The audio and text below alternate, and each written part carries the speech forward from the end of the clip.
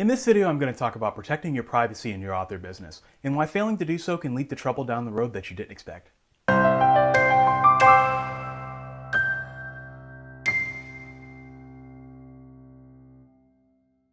Welcome to the next video in the Protect Your Author Business series, where I teach you how to protect the various areas of your writing business. To get caught up in the rest of the series, click the link in the video description or the YouTube card above my head depending on where you're watching this. Privacy. You never hear people talk about it in the publishing business, but it's something you have to think about as you walk the path to becoming a successful professional writer. Think about famous authors and their lives. Some authors, like Harper Lee, were famously private. Others, like some indie authors today, are the opposite, airing many aspects of their lives in public in order to make connections with readers. Here's the thing. It's a fact that in today's world, you have to put yourself out there. It's a fact that authors are public figures. It's a fact that readers need something they can identify with outside of your books.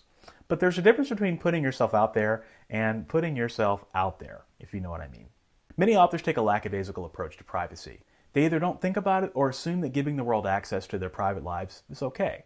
After all, few authors are rock stars that have every area of their lives examined by the public. They have to think about privacy in other terms. But here are some things to think about. Friends and family. I know a lot of people who post pictures of their friends and family to their author social media profiles. It's okay in some cases, but sometimes it's a bad idea. First off, for security reasons. If you write a book that pisses people off, you don't want them knowing what your family looks like. There are some crazy people out there. On the other side of that, if you become a mega bestseller or celebrity, don't your friends and family deserve privacy? I keep two social media profiles, one for my personal use and one for my author name, but that's just my personal preference. Another thing to think about is your professional versus your personal life.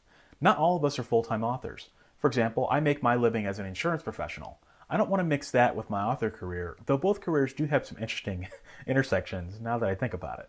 I don't share my real name on the internet for privacy reasons, but also because I don't want to mix up my insurance and author careers. I don't tell people at my job that I'm an author either. I keep that line of separation. Another thing to think about is personal information. For heaven's sake, never use your real address anywhere online. Use a P.O. box. Don't list your real telephone number. Use a routing service instead. It's just common sense. Don't share your personal email address either. Use a domain-branded email address, and if you want, set up a forwarder that sends emails to your personal email. Also, always read the privacy policies in terms of service with any service you use to make sure you understand how they're using your data, and if you don't agree with how a particular service is using your data, don't use that service. Next, be careful who you associate with. There are a lot of great people on the internet, and I've made a ton of author friends. But there are a lot of scammers, manipulators, and people who want to use you for their own personal reasons too. Use discretion in what you share with friends, online or in person, and make sure that you develop the ability to detect bad apples. Bad apples are the people who seem okay at first, but then turn into enemies at a moment's notice because their goals actually aren't aligned with yours. I've gotten very good at avoiding these kinds of people because I've been burned by them enough to know better. In my experiences, people tend to be the same in person as they are online. So if your gut is telling you something about a person, trust it. There are a ton of other things to consider when it comes to privacy, but these are the big things you need to think about. Far better to think about them and get a handle on them now so that when you're successful, you don't find yourself scrambling to create your privacy or get it back.